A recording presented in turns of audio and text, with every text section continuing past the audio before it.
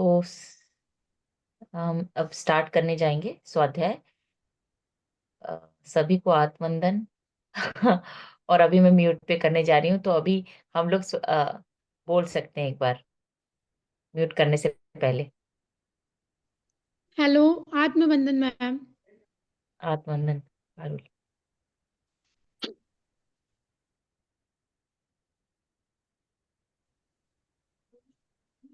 तो आखिर ये न्यू एनर्जी आई गई,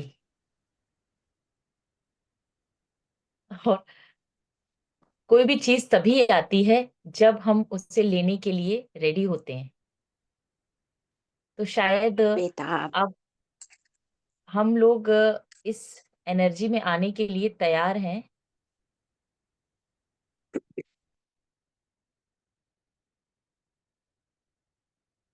सभी लोग म्यूट हो गए हैं ना? ओके। तो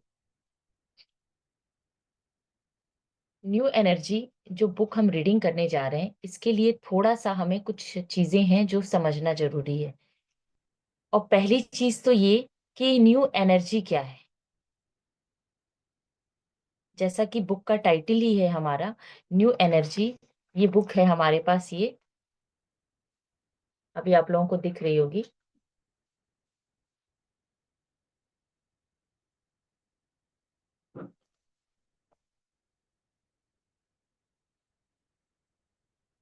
इस बुक में हमें उन सारे प्रश्नों के उत्तर मिलेंगे जो अब तक हम एक दूसरे से पूछते आए हैं। अभी जस्ट पहले कल्याणी जी ने भी कहा, बच्चे ने पूछा। तो ये सारी एक जो एनर्जी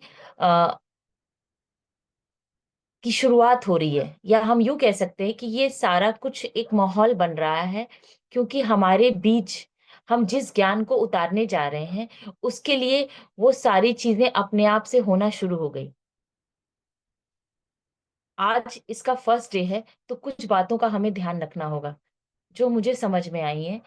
कि अब ये जो न्यू एनर्जी, जब तक हम ये स्वाध्याय यहाँ करेंगे उस ड्यूरेशन तक ही नहीं रहेगी। कि हम बुक पढ़ रहे हैं या स्वाध्याय कर रहे हैं तो उतने टाइम तक ही हम उस एनर्जी में रहेंगे। ये एनर्जी हमारे साथ 24 घंटे रहेगी, और उसको हम फील भी करेंगे, और उस बदलाव को अपने अंदर देखेंगे कि कैसे हम उस एनर्जी के साथ रह रहे हैं, जी रहे हैं। और न्यू एनर्जी जो है वो क्या है, पहले इस चीज को हम लोग समझ लेते हैं कि क्या न्यू एनर्जी है, क्या ओल्ड एनर्जी है। क्या जरूरत है हमें ओल्ड एनर्जी से फिर न्यू एनर्जी में जाने की? दोनों में ऐसा क्या अंतर है? तो अगर कोई कुछ कह सकते हैं तो कहें, नहीं तो फिर हम, अगर कुछ भी आप कहना चाहते हैं तो हैंड रेज कर सकते हैं, क्योंकि अभी आज हमारा इंट्रोडक्शन है।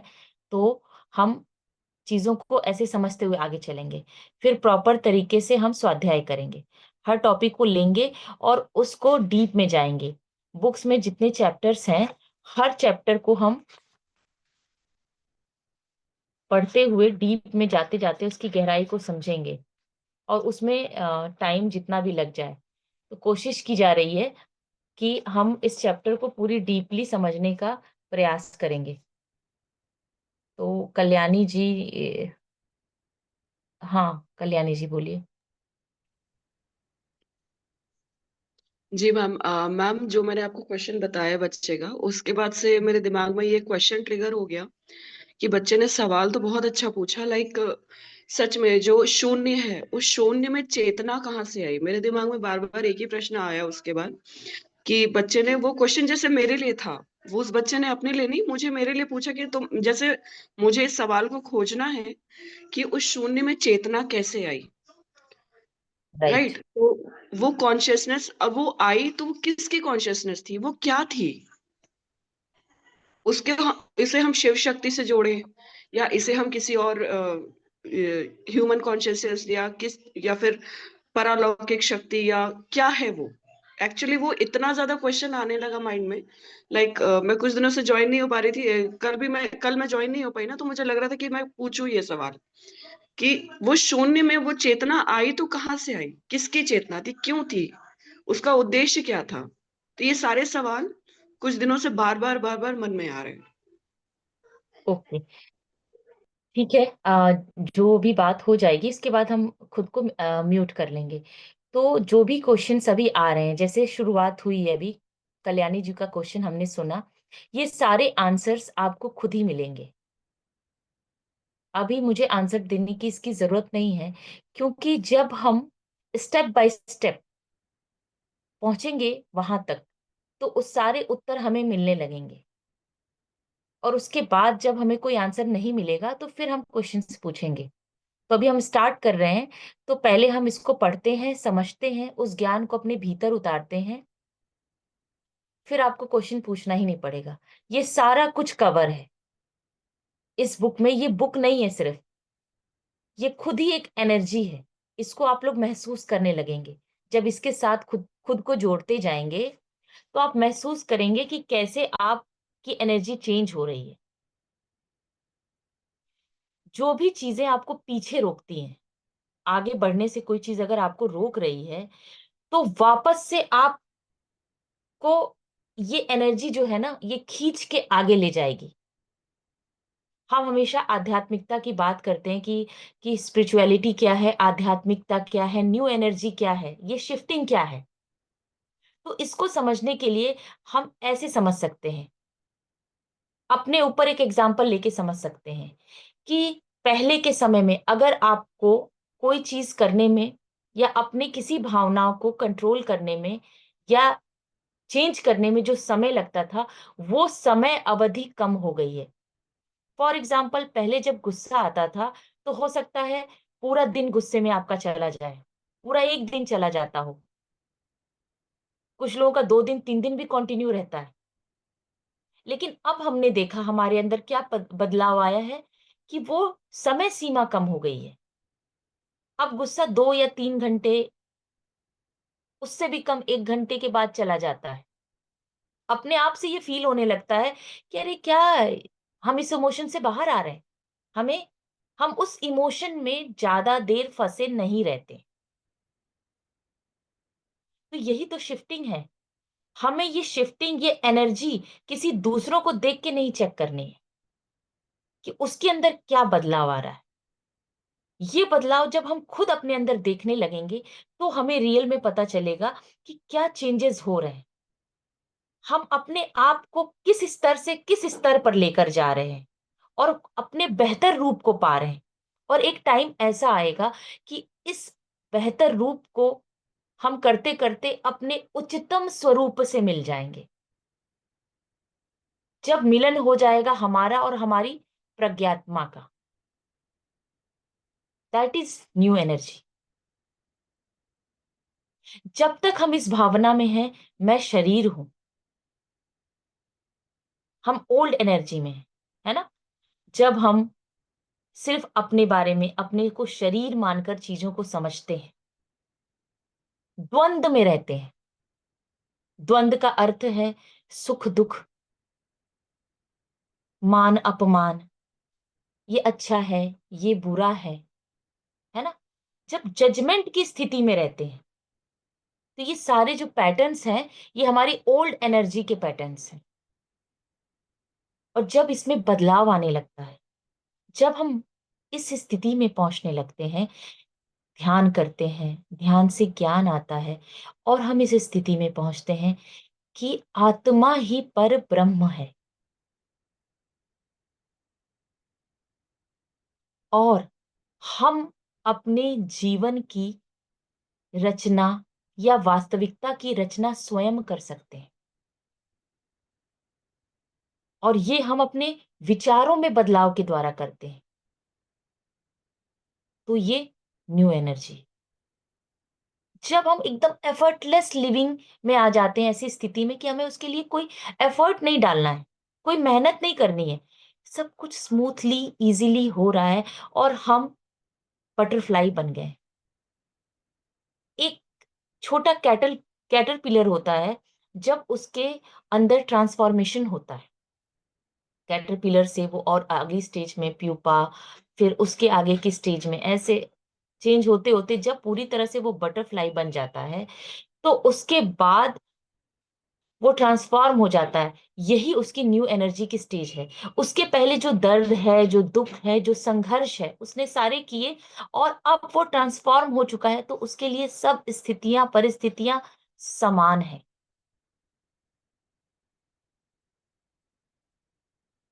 और अब ऐसा टाइम आ गया है, कुछ समय से ऐसा समय परिवर्तन हो गया है कि जो भी रेडी है, हम सब में से जो रेडी है, उस एनर्जी को, उस ज्ञान को लेने के लिए, वो कनेक्ट हो जा रहा है न्यू एनर्जी से।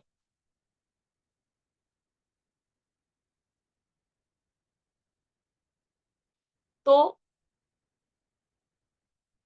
यही सारा ज्ञान कि कैसे कैसे इस धरा में परिवर्तन हुआ, कैसे हमारा जन्म हुआ, कैसे सृष्टि की रचना हुई, हम कैसे इस सृष्टि में आए, कैसे पहली आत्मा बनी, ये सारा ज्ञान हमें इस बुक के माध्यम से मिलेगा। हर दिन हम नए ज्ञान को प्राप्त करते जाएंगे और अपनी चेतना में विस्तार करते जाएंगे। यही न्यू एनर्जी जो बुक है, एक छोटी सी किताब में पूरा सार है इस ब्रह्मांड का।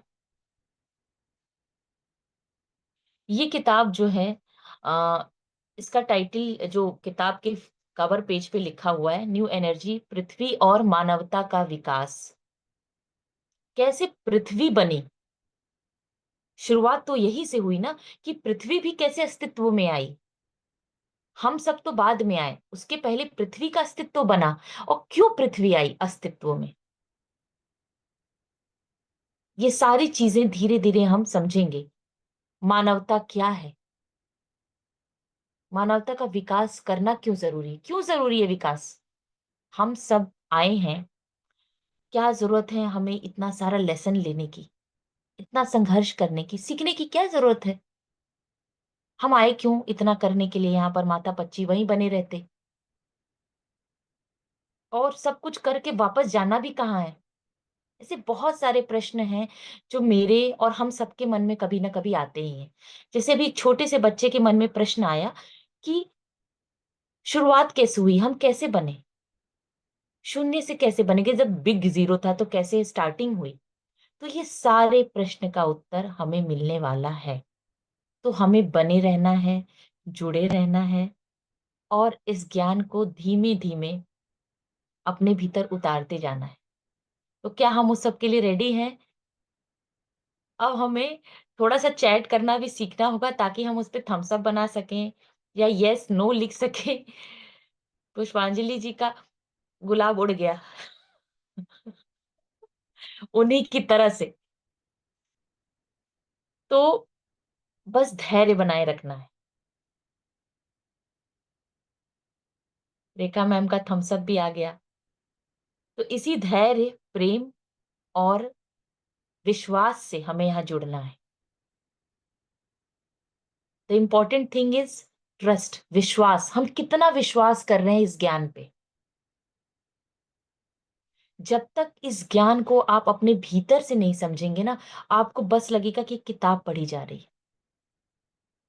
उससे जुड़ के, उसकी एक एक चीज को अपने भीतर उतारते हुए इस ज्ञान को हमें लेना है। तो जब हम किताब को शुरू करते हैं, तो शुरू में ही पहला पृष्ठ जो है उसमें प्रस्तावना आती है, और प्रस्तावना के पहले परिचय है। तो किताब तेलुगु में आई सबसे पहले, न्यू एनर्जी जो बुक है ना, तेलुगु में आई। तो उसको मास्टर रेवती देवी जी ने इसका अनुवाद किया, और ये अनुवाद उन्होंने पितामह पत्री जी के मार्गदर्शन में किया। उन्होंने उनसे कहा कि आप इसका अनुवाद कीजिए, क्योंकि ये किताब सब तक पहुंचनी जरूरी है। जो हिंदी भाषी लोग हैं, उन तक भी ये किताब का ज्ञान आना जरूरी है। अब थोड़ा सा हम परिचय ले लेते हैं कि रेवती जी कौन थी, उनको ये अवसर क्यों दिया गया इस किताब का ज्ञान उतारने का। तो थोड़ा सा हम उनकी एक लाइफ हिस्ट्री समझेंगे कि उनकी यात्रा, जीवन की यात्रा कैसी रही, और कैसे उन्होंने अपनी यात्रा शुरू शुरू की। तो उनके परिचय में हम देखते हैं कि जो पहली 2 लाइन है बुक की, बहुत ही कनेक्टिंग लाइन है। न्यू एनर्जी हमें नए सांचे में ढालते हुए हमारे अंदर के अनुचित लक्षण और गुणों को बाहर निकालती है। अनुचित लक्षण, यह अनुचित लक्षण वो लक्षण हैं या वो कैरेक्टरिस्टिक्स मान लीजिए, या वो गुण हैं जो हमारे आध्यात्मिक यात्रा या विकास में बाधक है, जिसकी जरूरत हमें नहीं है। उन गुणों को हम छोड़ते जाते हैं। न्यू एनर्जी हमें उनसे बाहर निकाल देती है। और साथ में उन्होंने ये भी कहा है, किताब को पढ़ते समय पाठकों के मन में कुछ संदेह और प्रश्न उठते हैं, जैसे आपके मन में उठ रहा है, इसलिए ये 2-3 लाइन हमें अभी समझना जरूरी है, और उठने भी चाहिए। बहुत सारे मार्ग हैं, फिर भी यहाँ एक नए तरह का मार्ग हम बता रहे हैं। तो जो लेखिका है इसकी, रेवती जी, उन वो 2 बहनें हैं। वो और उनकी एक छोटी बहन है। दोनों लोग के जब बर्थ हुई तो दोनों लोग के एज गैप ज्यादा नहीं था। तो दोनों लोगों का लालन पालन साथ हुआ। दोनों साथ में पढ़े, बड़े हुए, तो साथ साथ ज्यादा रहते थे। एक साथ वो समय ज्यादा बिताते थे। फिर जब से इनकी आध्यात्मिक जागृति हुई, रेवती जी की, यानी कि जब से इनको थोड़ा सा इनका पारिवारिक जो माहौल था ना, बहुत स्पिरिचुअल माहौल था, धार्मिक माहौल था, यूं कहेंगे कि पूजा पाठ वगैरह होती थी। तो बच्चा जो घर में देखता है उसी के प्रति उसका रुझान होता है। तो जब उन्होंने ये चीजें समझी, जब उनको समझ आई, तो वो भी सुबह 4 बजे उन्होंने उठना शुरू कर दिया। वो सुबह उठ जाती थी 4:30 बजे। उसके बाद स्नान कर लेती थी 4 बजे, भजन के लिए बैठ जाती थी। ऐसे उनकी जर्नी स्टार्ट हुई। हम सबकी भी जर्नी कहीं ना कहीं स्टार्ट ऐसे होती है ना, कि पूजा पाठ वो करती थी, फिर 6:30 बजे तक भजन पूरा उनका हो जाता था, फिर वो चढ़ावा चढ़ा देती थी। तीसरी कक्षा तक उन्हें ललिता सहस्रनाम और भगवत गीता की कुछ अध्याय मुंह जबानी याद थे। यानी कि सोचिए तीसरी क्लास का बच्चा कितना बड़ा होता है, और उसे उन्हें ये सब कुछ याद हो गया था मुंह जबानी। लेकिन उनके घर का ऐसा माहौल था कि वो लोग घर में ही रहना पसंद करते थे, बाहर ज्यादा जाना अलाउड नहीं था। तो वो घर में ही रहती थी, और घर की चारदीवारी के भीतर ही वो जो उन्हें खेलना होता था, ये जो चीजें करनी होती थी वो करती थी। इस तरह से वो अंतर्मुखी होती गई। जब हम स्वयं के साथ समय ज्यादा बिताते हैं ना, तो ज्यादातर खुद से ही बातें करते हैं। किसी चीज पे हमें सोचने का भी समय ज्यादा मिलता है। तो यही उनके घर का भी माहौल था। फिर वो खिलौने, उनकी एक और क्वालिटी इसमें बताई गई है कि वो खुद से ही खिलौने बनाकर खेलती थी, बाहर से खिलौने नहीं खरीदती थी। ये उनकी सृजनात्मकता को दर्शाता है। यानी उनके अंदर इतनी क्रिएटिविटी थी बचपन से ही। फिर उन्होंने हर दिन कुछ नया सीख रही थी। और काफी बुक्स का इसमें मेंशन किया गया है कि दक्षिणामूर्ति स्रोत, कनक धारा, शुक्तम, लक्ष्मी लक्ष्मी नरसिंहा, करावलंबम, 6-7 स्रोत सीखकर उन्हें पढ़ती थी। हर दिन उनकी पूजा ऐसे ही शुरू होती थी, है ना। और जब 12वें साल में आई, वो 12 साल की उनकी उम्र पहुंची, तो फिर वो मंत्र भी बोलने लगी।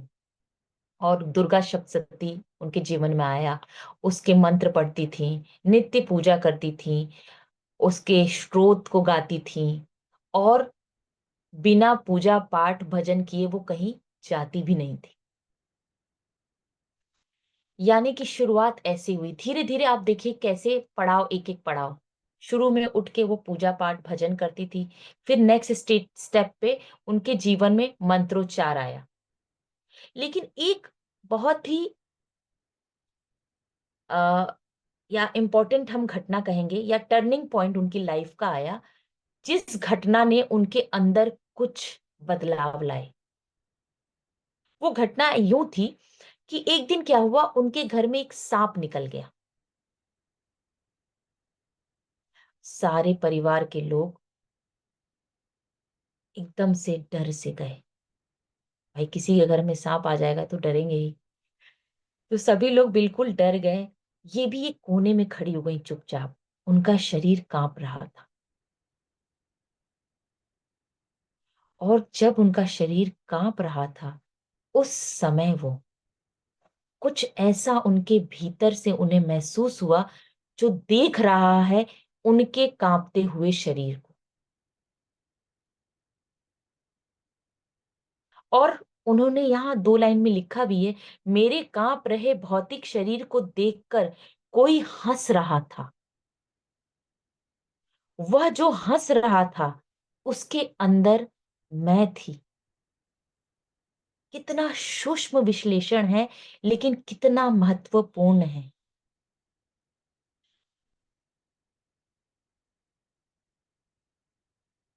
और जब वह हंसी मुझे सुनाई दे रही थी, मेरे गले की मांसपेशियां उसके हिसाब से हिलते हुए सूज रही थी। वो छोटी सी, मतलब बच्ची ही समझ लीजिए उस उम्र में। उसके बाद उनके जीवन में एक बदलाव आया। उन्हें ये बात समझ में आई कि कुछ ऐसा है जो मेरे शरीर से अलग है, जो मेरे अंदर है। वो शरीर नहीं है। इस शरीर के अलावा कुछ है जो मेरे अंदर है, जो हमारे अंदर है। उसी समय उनके जीवन में एक और अध्यापक आए, हनुमंत राव। और उनसे वो पुराण वगैरह पढ़ने लगे और उसका अच्छे से अनुवाद और सारे ज्ञान उनसे लेने लगे। लेकिन उनके अंदर एक ये भी चीज थी कि पुराणों की जो गाथाएं थी, उनको वो अंधविश्वास के साथ स्वीकार नहीं करती थी। और उनके अंदर के सार को, विज्ञान, उसका जो विज्ञान था ना, उसको समझने की आदत उनमें धीरे धीरे आने लगी। यानी हर चीज को वो सीधे सीधे नहीं मान लेती थी। जैसे एक दिन हम बात कर रहे थे कि बाल क्यों धोना नहीं चाहिए थर्सडे को, तो उसके पीछे कोई कारण होगा। इसी तरह से वो जो भी पढ़ती थी, उसको एक वैज्ञानिक दृष्टिकोण से जांचने की कोशिश करने लगी कि इसके पीछे ऐसा क्यों है, ऐसा हो रहा है तो क्यों हो रहा है, इसके पीछे क्या कारण रहा होगा। फिर तीसरा पड़ाव आया मंत्र के बाद। अब उन्होंने क्या किया, उनकी इच्छा हुई अभिषेक करने की। जैसे हम लोग शिव जी का अभिषेक करते हैं, शिवलिंग का अभिषेक करते हैं, तो उसमें उनकी रुचि बढ़ गई। उन्होंने पंचाक्षरी उपदेश याद कर लिया, उनकी माँ ने जो उन्हें दिया था। और इसके बाद वो बड़ी शिद्दत से कह लीजिए या नियम से उसको पूरी तरह से करती थी। सुबह उठती थी, मन लगाकर पूजा करती थी, अभिषेक करती थी। और उन्होंने इस तरह से कैसे तरक्की की, पूजा से अभिषेक, अभिषेक से जाप तक उन्होंने तरक्की कर ली। इतना उनकी यात्रा आगे तक आ गई। फिर 1980 में उनकी मां ने उन्हें लोप लोपसांग रामपा, एक मास्टर हैं, उन्होंने बहुत अच्छी अच्छी पुस्तकें लिखी हैं, तो उनकी किताब लाकर उन्होंने दी। लोपसांग रामपा जी जो भी चीजें कहते हैं या जो भी उन्होंने अपने बुक्स में लिखा है, उसको बड़े ही साइंटिफिक वे में वो बताते भी हैं कि इसके पीछे का कारण क्या है। तो उस किताब को पढ़ने के बाद उस किताब में मेंशन किया था कि पूजा बंद कर देनी चाहिए, पूजा नहीं करनी चाहिए। फिर भी वो पूजा करती रही, अभिषेक करती रही। लेकिन अब परिवर्तन उनके अंदर ये हुआ कि एकदम वो ऐसा नहीं था कि अब अभिषेक अगर कभी नहीं कर पाई तो उसके लिए अपने अंदर गिल्ट की उनके अंदर फीलिंग आए, या अपराध बोध वो महसूस करें कि अरे मैंने क्यों अभिषेक नहीं किया, मैंने क्यों नहीं पूजा की। धीरे धीरे बदलाव आ रहा था। कई बार वो कई दिनों तक अभिषेक नहीं करती थी, फिर जब उन्हें याद आता था या जब उनके मन में भाव आता था, फिर कर भी लेती थी। जब उनको ऐसा लगता था ना कि मेरे मन में अगर इच्छा नहीं हो रही है और मैं सिर्फ कर रही हूँ कि ये चीज मुझे करनी है, इसका मतलब मेरे मनसा वाचा और कर्मणा में अंतर है, तो फिर उस पूजा को करने से, उस अभिषेक को करने से क्या लाभ है? जब उनको अंदर से, हृदय से ऐसा प्रतीत होता था कि मुझे करना है, तभी वो कार्य करती थी। तो कई महीने के बाद भी उनकी इच्छा होती थी तो पूरे मन से, स्वच्छ मन के साथ वो अभिषेक करती थी।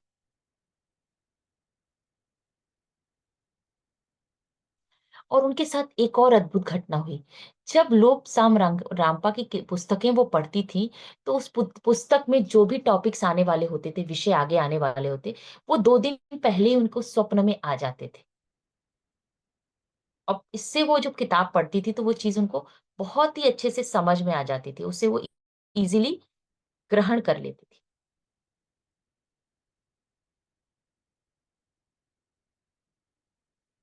तो बड़े अच्छे उदाहरण के साथ उन्होंने इस बात को कहा है कि जब तक हमारा पेट पूरी तरह से भर नहीं जाता है, तब तक हम खाना बंद नहीं करते हैं। वैसे ही साधना भी होती है। जब तक हमारा मन अपने आप आगे कदम नहीं बढ़ाता, तब तक हमें पता नहीं चलता। यानी कि जैसे-जैसे वो प्रगति करके आगे अगर नहीं बढ़ रही होती, तो उन्हें पता नहीं चलता कि हम मैंने अपने जीवन में कितना विकास कर लिया, यानी उस चीज़ से मैं कैसे एक अगले स्टेप पे आ गई।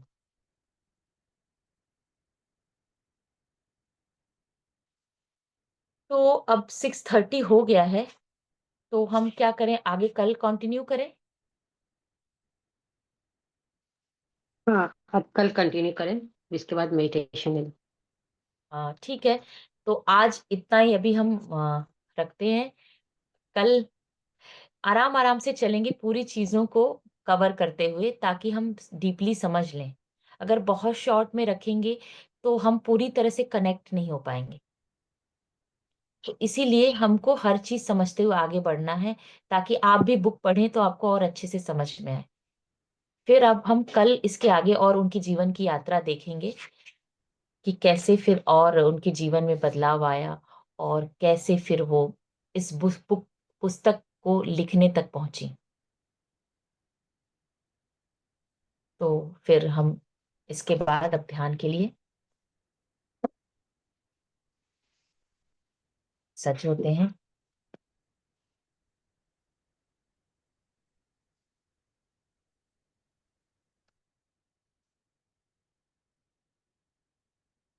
ये बुक जो है, न्यू एनर्जी,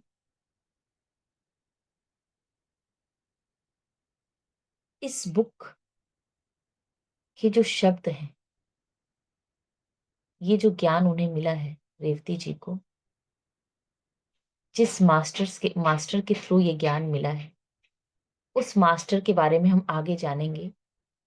लेकिन अभी मैं इतना कहना चाहती हूँ कि जो उनकी एनर्जी है ना, वो इस बुक को जब हम पढ़ना स्टार्ट कर रहे हैं, तो वो कहीं न कहीं वो एनर्जी से हम कनेक्ट हो रहे हैं।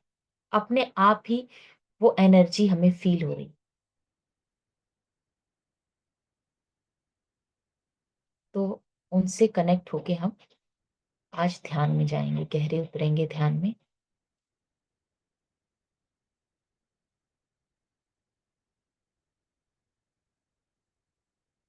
तो आनापानासति की स्थिति में हम आ जाएँगे।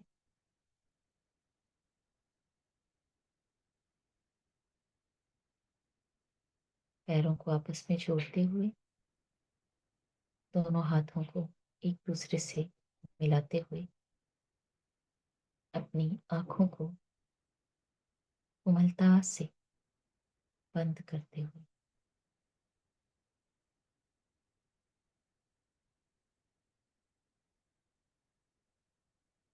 अपनी श्वासों के साथ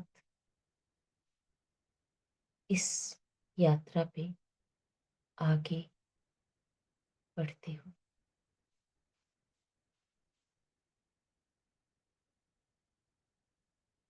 आज हम इस दिव्य ज्ञान को अपने भीतर उतारने के लिए पितामह पत्री जी से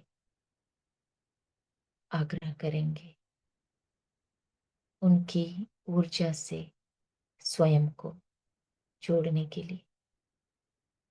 मास्टर टोबायस की ऊर्जा जो हमारे आस पास है, उसके साथ हम स्वयं को जोड़ेंगे। ब्रह्मांड की सभी दिव्य ऊर्जाओं के साथ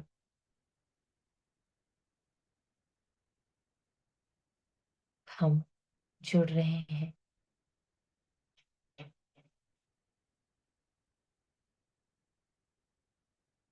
और अपने भीतर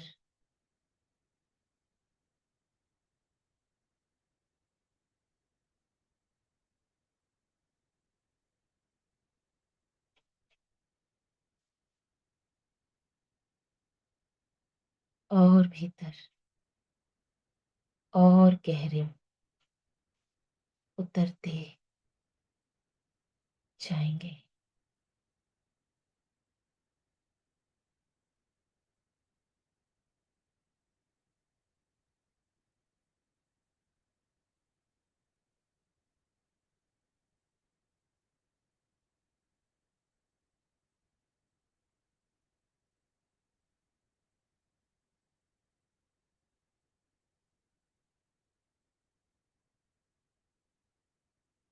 गहराई में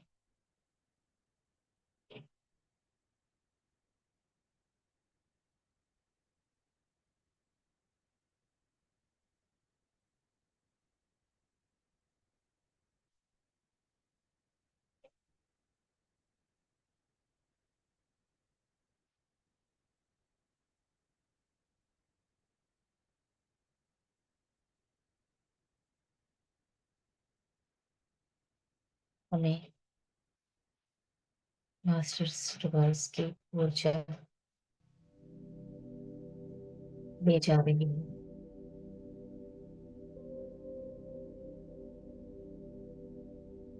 और हम इस ऊर्जा को महसूस करने के लिए, अपने भीतर उतारने के लिए तैयार हैं।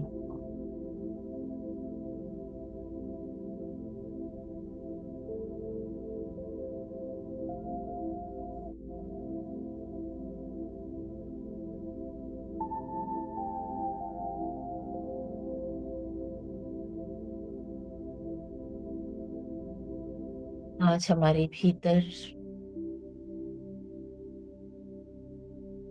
एक हीलिंग प्रोसेस शुरू हो रहा है,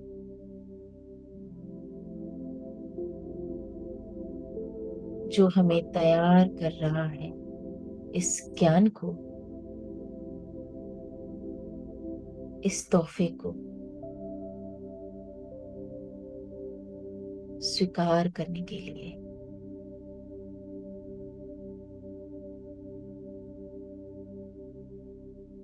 अपनी ऊर्जा को इस ऊर्जा के साथ जोड़ने के लिए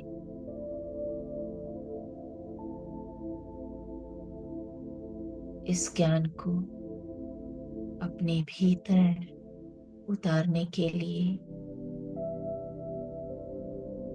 हमें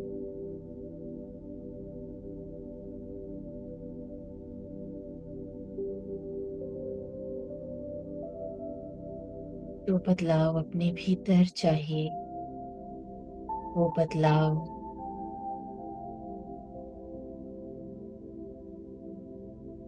हमारे भीतर शुरू हो गया है।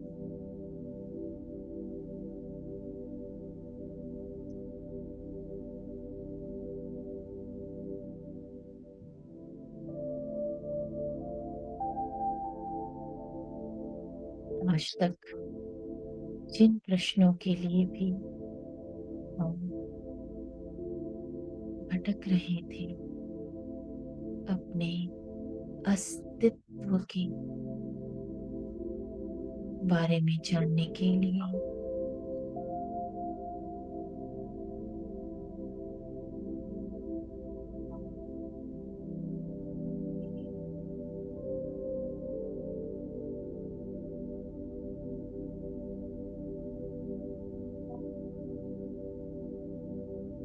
जिस द्वंद में फंसे हुए थे,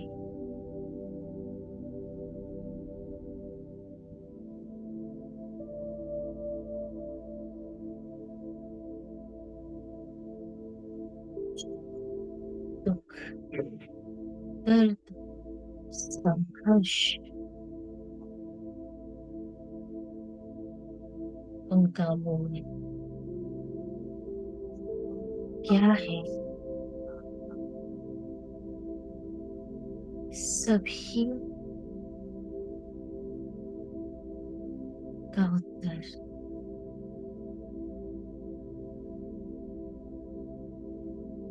इस ज्ञान के द्वारा हमारे भीतर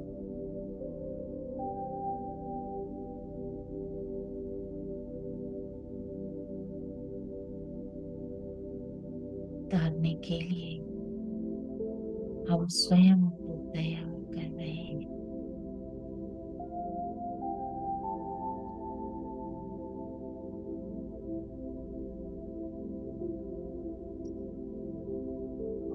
समय आ गया है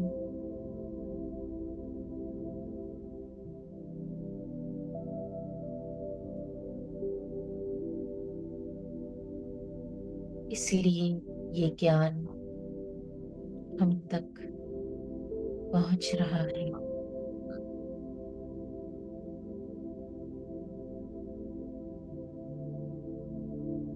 अर्थात हम इस ज्ञान को लेने के लिए तैयार हैं।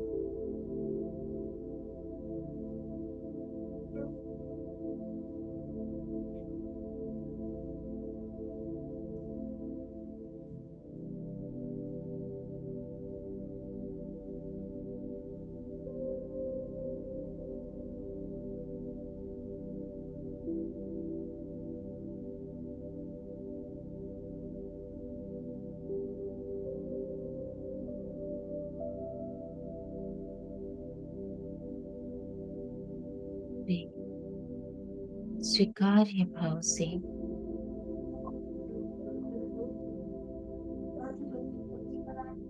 स्वयं को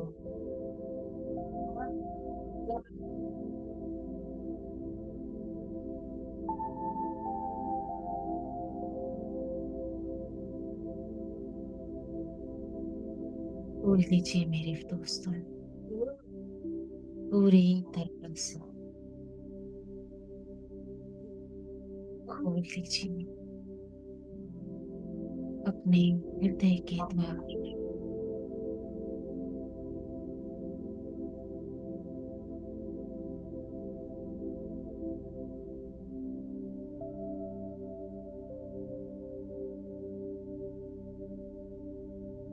ये ज्ञान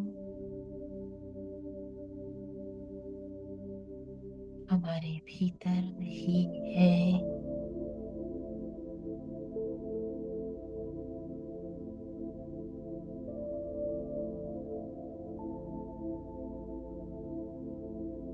और समय समय पर विभिन्न माध्यमों से स्वप्न में या झलकियों के द्वारा, स्मृति के द्वारा, या कभी कभी एक भाव के द्वारा हमें ये एहसास होता है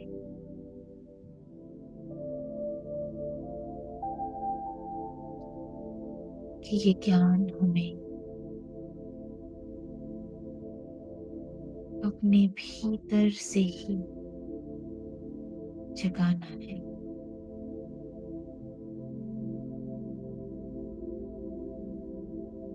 जो विस्मृत हो गया है उसे पुनः अपने अवचेतन मन से जागृत करना है।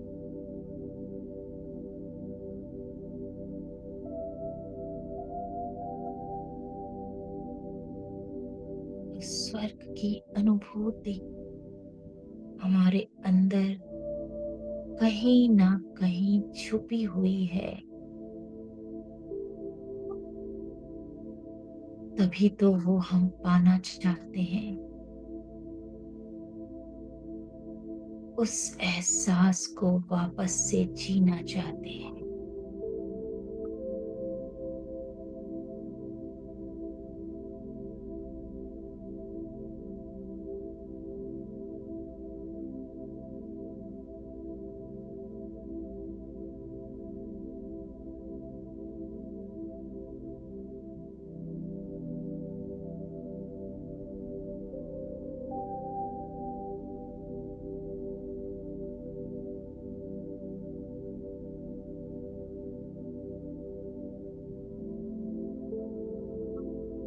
बस स्थिर होकर हमें अपनी सांसों के साथ इस ब्रह्मांड की तह तक पहुंचना है। और ये मार्ग हमें हमारी श्वास ही दिखा रही है। तो आइए श्वासों के साथ एक हो लें, बिना किसी दुविधा के, बिना किसी चिंता के।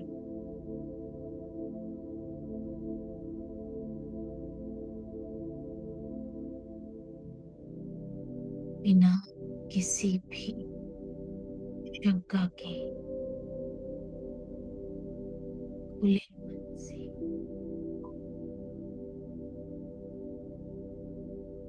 ये विश्वास किसी बाहर पे नहीं करना है, अपने आप पे करना है, स्वयं पे करना है। जब हम स्वयं पे विश्वास करते हैं तभी हम स्वयं से जुड़ जाते हैं। और जब हम स्वयं से जुड़ते हैं तभी हम सब से जुड़ते हैं। तो आइए पहला कदम स्वयं से जुड़ने की ओर हम बढ़ाते हैं, पूर्ण आस्था और समर्पण से।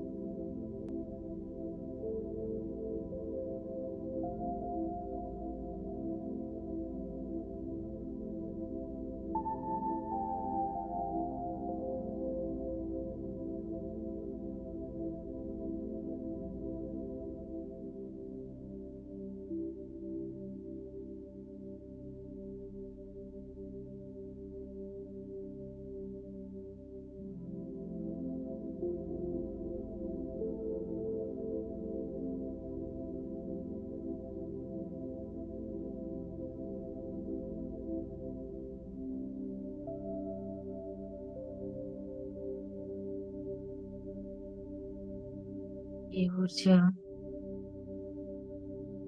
हमारे स्पाइन में धीरे धीरे उतर रही है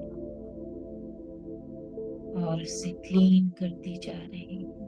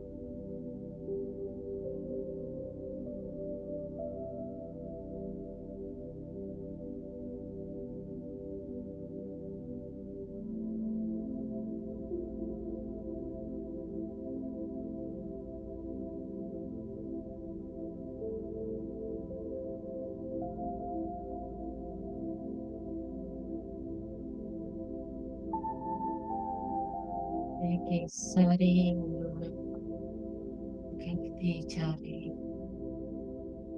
और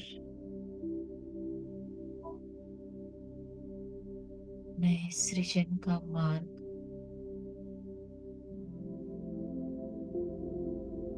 सुलभ होता जा रहा है।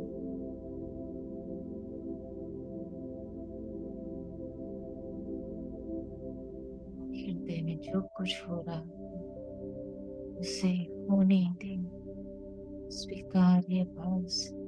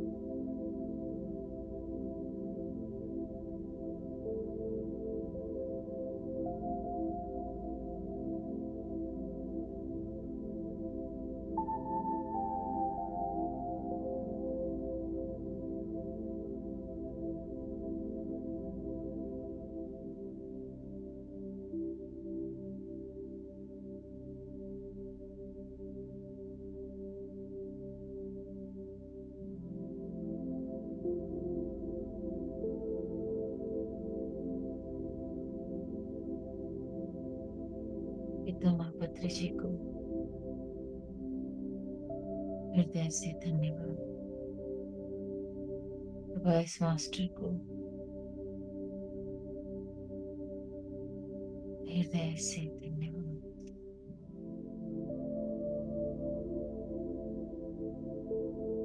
इस ध्यान में जुड़ी सभी दिव्य ऊर्जाओं को हमें गहरे ध्यान में उतारने के लिए हृदय से धन्यवाद।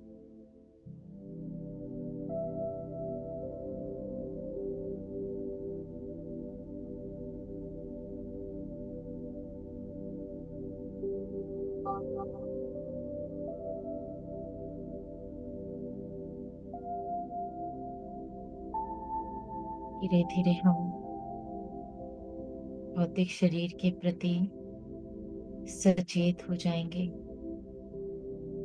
अपना समय लेते हुए अपने पैरों को महसूस करेंगे, दोनों हाथों को खोलते हुए हथेलियों को अपनी आंखों पर रखेंगे 10 सेकंड के लिए।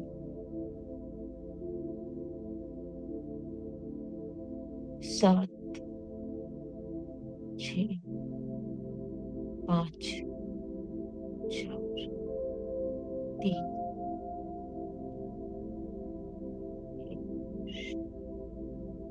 हथेलियों में ही अपनी आंखों को खोलें, ऊर्जा को महसूस करेंगे,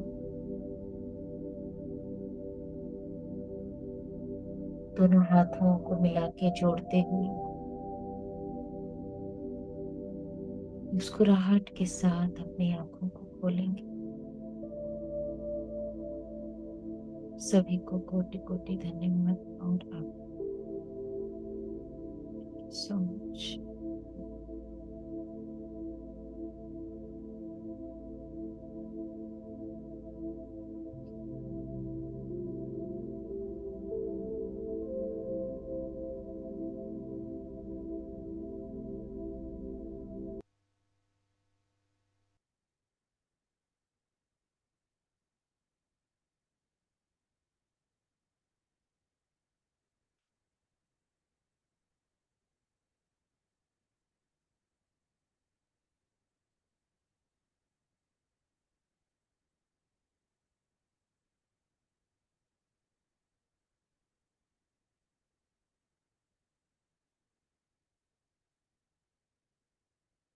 थोड़ा सा हम पानी पी लेंगे और कल इसी टाइम पे मिलेंगे हम 6 बजे। कोशिश करेंगे कि हम जुड़ जाएं। पारुल जी का क्वेश्चन है, एक बार पूछ लीजिए।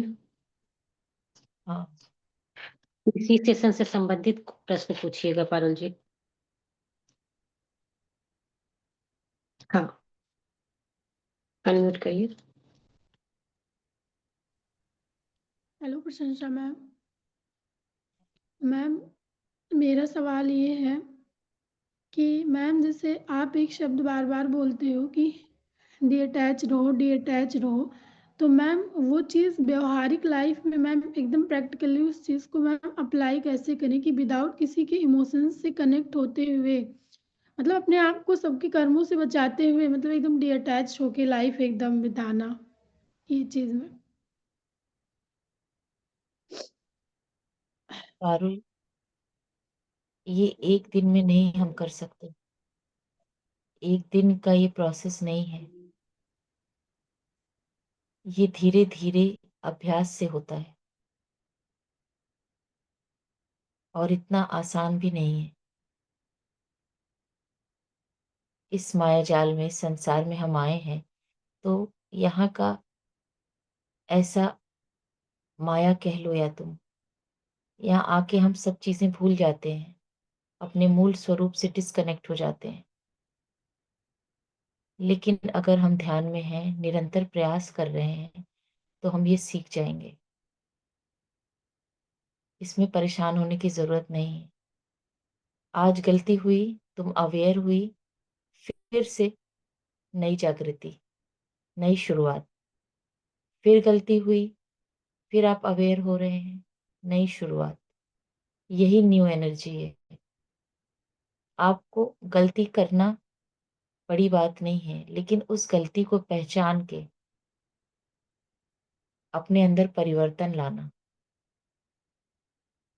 यही हमें करना है। ठीक है? Yes ma'am, thank you.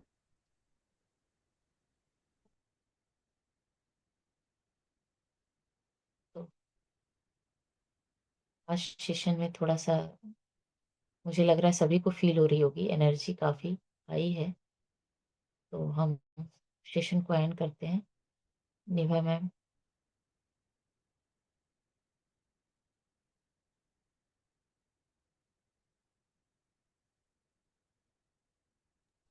And आप ही को करना पड़ेगा प्रशंसा जी, नहीं तो हम लीव कर सकते हैं।